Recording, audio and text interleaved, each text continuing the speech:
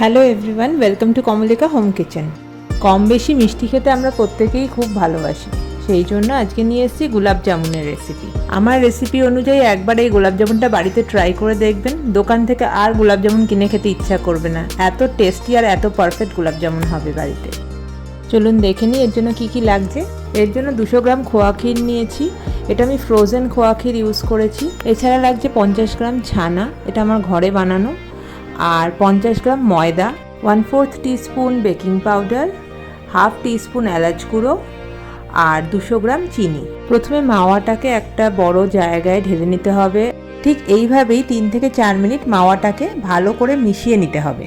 যখন দেখবেন একদম মসৃণ হয়ে গেছে, তখন ওই 50 গ্রাম ছানাটা এর মধ্যে দিয়ে আবারও সেমভাবে 3 থেকে 4 মিনিট ধরে আবার এটাকে সমান করতে হবে, যাতে ছানা আর মাওয়াটা ভালো মতো মিশে যায় আর কোনো রকম দানা এটার মধ্যে না থাকে।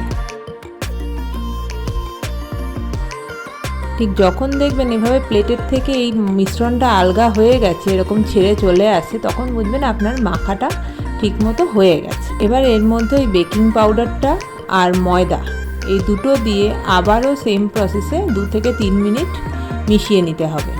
আমি কিন্তু এখানে 50 গ্রাম ময়দার মধ্যে পুরোটা নিইনি, মোটামুটি 40 গ্রাম মতো নিয়েছিলাম। সেটাকে অল্প অল্প করে দিয়ে আপনাকে মেশাতে হবে। আপনার ময়দা কতটা লাগছে ডিপেন্ড করবে আপনার মাওয়াতে আর ছানাতে কতটা জল আছে তার উপর। যদি জল বেশি থাকে তখন ময়দা বেশি লাগবে।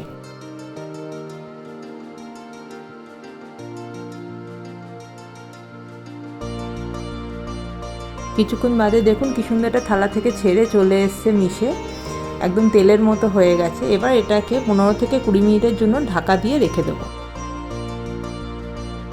এই ফাঁকে চিনির রসটা বানিয়ে নিই। তার জন্য কড়াইতে 200 গ্রাম চিনি দিয়ে ততটা পরিমাণে জল দিয়ে দিলাম। এলাচ গুঁড়োটাও এর মধ্যে দিয়ে দেবো। চিনিটা মিশে যাওয়ার পর 4 থেকে 5 মিনিট এটা ফুটিয়ে নিতে হবে। যখন এটা এরকম তেলের মতো টেক্সচার হয়ে যাবে, তখন বুঝে নিতে হবে যে রসটা রেডি হয়ে যাবে। এই অবস্থায় এটাকে ঢেকে রেখে দিতে হবে। মিনিট 15 বাদে গোলাপ জামুনের ডোটা বের করে নিয়ে এটাকে ভালো করে আরেকবার মিশিয়ে নিতে হবে।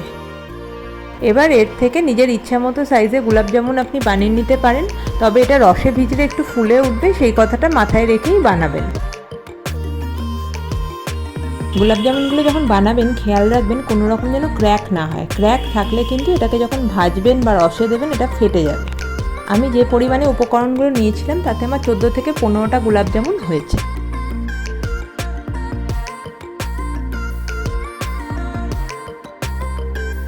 এবার তেল গরম করে একটা ছোট্ট গোলাপ জামুনের টুকরো ফেলে দেখলাম যখন তেলে এটা ভাজতে শুরু করেছে, মানে তেল গরম ঠিকঠাক হয়ে গেছে। এবার এক এক করে সবকটা গোলাপ জামুন আমি তেলে ছেড়ে দিলাম।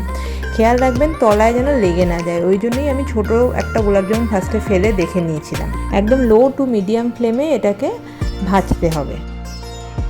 আমাদের গোলাপ জামুনগুলো অনেকটাই হয়ে এসছে, এবার এটাকে নাড়তে থাকতে হবে এবং যখন এটা ভালো মতো চারদিক সমানভাবে লাল হয়ে যাবে তখন এটাকে এক এক করে আমি তুলে নেব।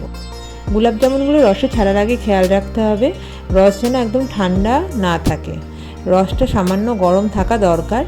এই অবস্থায় সবকটা গোলাপ জামুন এর মধ্যে দিয়ে ভালো করে ওলট পালট করে এটাকে ঢেকে রেখে দিতে হবে। এইভাবে রসে আমি 4 থেকে 5 ঘন্টা রেখে দিয়েছিলাম। তারপরে এটা ঠান্ডা হয়ে গেলে পরে এটাকে খাবেন এবং এটা খেতে খুবই ভালো হয়। একবার বানিয়ে দেখবেন, একদম পারফেক্ট গোলাপ জামুন হবে বাড়িতেই।